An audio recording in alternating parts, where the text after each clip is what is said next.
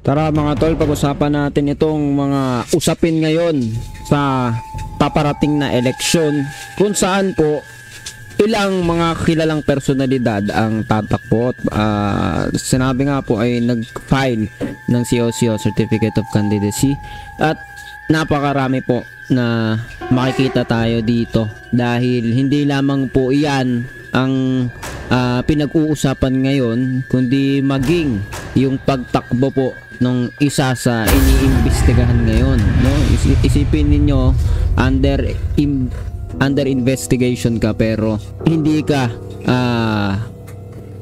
bawal mag-file ng COC or hindi ka limitado doon sa bagay na yon. Disclaimer lang ha, ayon lang yan sa mga pagkaunawa natin dito sa mga mapapanood natin sa video na ito. Kaya hindi na natin pagtatagalin yan. Kung di ka pa nakasubscribe, hit the subscribe button and notification bell para updated ka palagi sa mga videos natin. So yun na nga, let's go!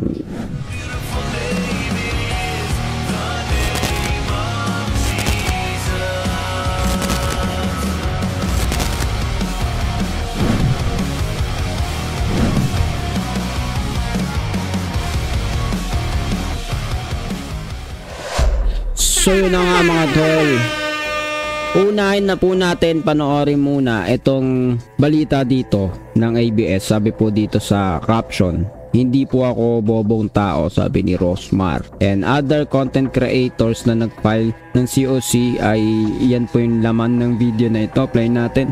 Tulad nga na lagi ko po sinasabi, wala naman po akong balak tumakbo dahil dagdag sakit sa ulo, dagdag obligasyon, responsibilidad. Pero kasi may nag-push po sa akin na tumakbo ka kasi kailangan ka ng tao, kasi kailangan nila ng tunay na pagbabago. So ako po bilang dati nang tumutulong, sabi ko nga po 10 years old pa lang po ako, tumutulong na po ako sa tao, hindi lang po sa tao, pati sa mga aso't pusa na napupulot ko po sa lansangan, inaampon ko. So hindi lang po ngayon ako tumutulong na kagaya po ng iba na dahil may kailangan, dahil eleksyon, tumutulong sa mga tao. Tapos pagkatapos, wala na, hindi na ulit magpaparamdam. So hindi po ako ganun, matagal na po. So ngayon po, dahil pinupush po nila ako na tumakbo ka kasi kailangan ka ng tao. Kaya sabi ko, siguro nga mas marami akong matutulungan kapag nakaposisyon na po ako. Pwede ba namin malaman kung sino itong nag-push o nag-udyok sa'yo? Sa totoo lang po, hindi po sila politiko or normal na tao lang po, kaibigan ko lang po. Oh, ito, sino naman to, guys? Thank you. Content creator din ba to? Sa ating liga ng nagkakaisang mahihirap po. At ang pangarap at gusto po natin ay bigyan ng tulong skip na natin to. ang ating Play mga natin sunod. Sino to? Sino ba nakakalala? Parang familiar yung mga sa akin. Content creator din ba to? Sorry, hindi tayo masyadong maalam dun sa ibang So, ako po pala si Mark Gamboa, isang vlogger with over 100 million views on YouTube. And ako po ay tumatakbo ngayon bilang views on YouTube. Isang vlogger with over 100 million views on YouTube. And ako po ay tumatakbo ngayon bilang senador. Okay? So, gusto ko pong i-represent yung pong mga content creators, mga online sellers, mga freelancers. So, lahat po ng mga netizens bilang isang vlogger sa Senado. So, gusto po nating baguhin yung politika sa Pilipinas. Kasi po sa aking experience bilang vlogger, podcaster, napansin ko po na marami po sa ating kababayan ang napo-frustrate na sa klase ng politika na meron tayo. Yung mga politiko po, although may nagagawa naman silang magaganda, marami po ay sinungaling, marami po ay ninanakawan tayo, marami po ay niluloko tayo. Gusto po nila nung yung po mga politiko kadalasan hindi po sila pinapakinggan. So gusto po natin ng politika or mga leaders na nakikinig po sa tao at nag-o-offer po ng mga magagandang solusyon at magagandang mga advocacies po para po sa ikabubuti ng bayan. So ako po ay bagong style. Tayo po ay lumaki na sa age ng social media. So gusto ko pong patunayan din na hindi mo kailangan ng sobrang daming pera o sobrang laking pangalan para po magwagi. Kailangan lang pure yung intention mo and madadaan po yan sa social media at syempre po sa sipat. Okay, so ito na si Eddie naman, no? Dahil yung para sa papalapit na 2025 elections. At dahil po malakas ang panawagan ng mga kaibigan at sumusuporta sa iba't ibang platforms, yes, I filed as the first nominee of Kamanggagawa Party List, kampihan ng mga maralita at manggagawa. Simple lang naman ang dahilan kung bakit po kami nag-file. Di pa ba tayo sawa sa klase ng politika na meron tayo ngayon? Magkakapatid, mag-ama, mag-iina, pamilya ang namumuno sa atin. Mga party list na pinamumunuan ng mga oligarko. Ni hindi alam ang buhay ng ordinaryong Pilipino at ng mga manggagawa. Paano natin naasahan na magkakaroon ng mga makabuluhan, maayos na mga batas at polisiya kung yung mga namumuno sa atin ay hindi naman tanas yung buhay ng isang ordinaryong Pilipino? Kaya yan po ang dahilan kung bakit kami nag-file ng aming Certificate of Candidacy. Upang bawiin yung party list para sa ating mga ordinaryong Pilipino. Okay, so hindi natin tutuloyan guys, nakalagay na po yan sa internet. Search na lang po ninyo yung kanilang mga talumpati ba tawag yan? Speech nila. Ang pagpapakilala nila at pagpapakita nila, pagharap nila sa publiko bilang tao na nag-file ng COC. So, saka tayo mag-comment ngayon, no? Dahil napanood na po natin yung ilan sa kanila, ilan sa mga content creator na ito. Nakagaya po ni Rosmar, no?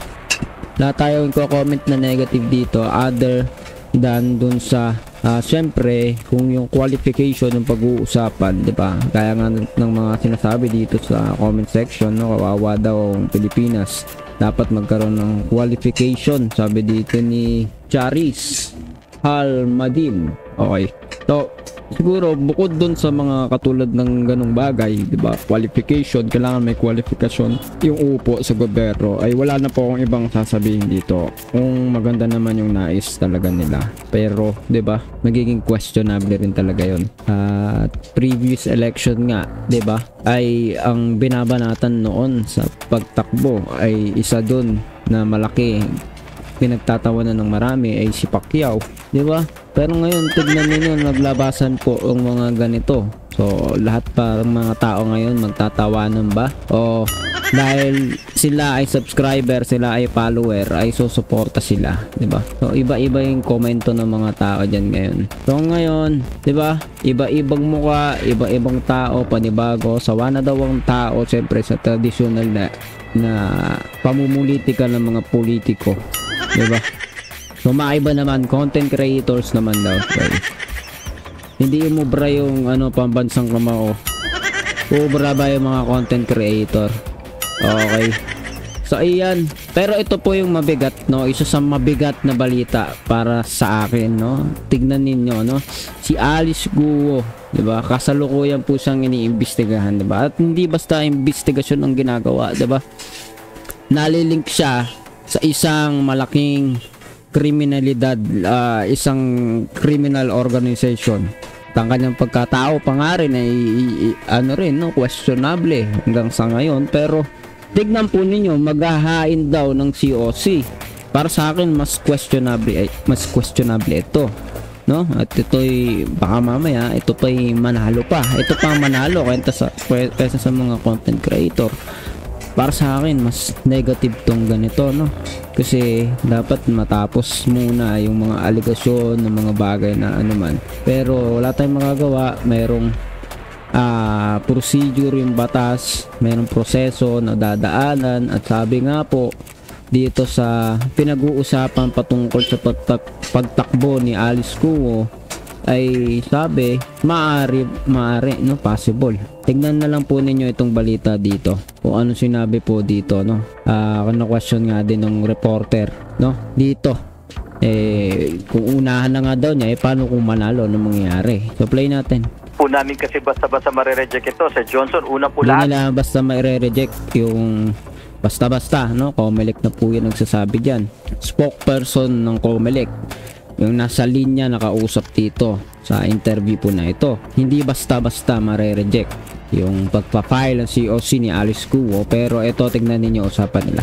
At yung kaso po ay gumugulong po ngayon. Wala pa pong desisyon ang mga kasong nakafile sa korte. At kahit po yung sa COMELEC, yung election offense na inimbestigahan namin, ay wala pa pong final na resolusyon. Kailangan din po itong ultimately ma-file sa korte. Ang tanging basehan po kasi yung tinatawag natin na disqualification ay kailangang meron pong desisyon ang korte or tribunal. Pagdating naman po doon sa ating petition to cancel or deny due course COC, tama po yan. Pwede po kasing masampahan ng kaso pa rin na dahil sa qualification ng citizenship. Pero tandaan po natin, hindi po pwedeng automatic ito. Una, kailangan may magsasampa ng kaso. Ikalawa, kailangan madinig po ang kasong ito at magkaroon po ng due process bago ultimately magkaroon ng desisyon na magiging pinal at saka po natin may implement po yan. Sa bagay, malayo pa naman pero uunahan ko na. Paano kung manalo pa rin? Kahit po manalo po sila, basta po may nakabinbin na decision na kaso po sa COMELEC, ay kayang-kaya pong i-resolve ng COMELEC at pababain po sila. Kaya po ganong kahalaga na maibigay natin ng impormasyon sa ating mga kababayan.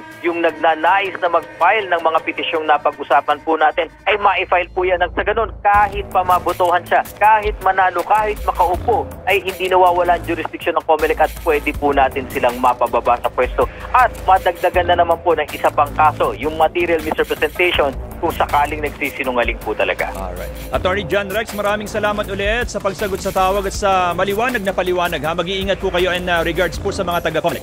Makakarating po. Maraming salamat sa Johnson. Okay guys, so yan na po lahat ng tinignan po natin sa video po na ito.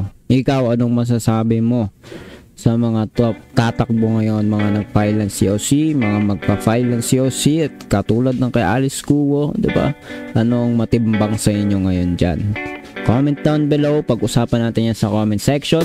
Kung may mga suggestion ka, comment mo rin yan. Try natin gawa ng video yan. And please don't forget to hit the subscribe button para updated ka palagi sa mga videos natin. So see you ulit sa susunod na video.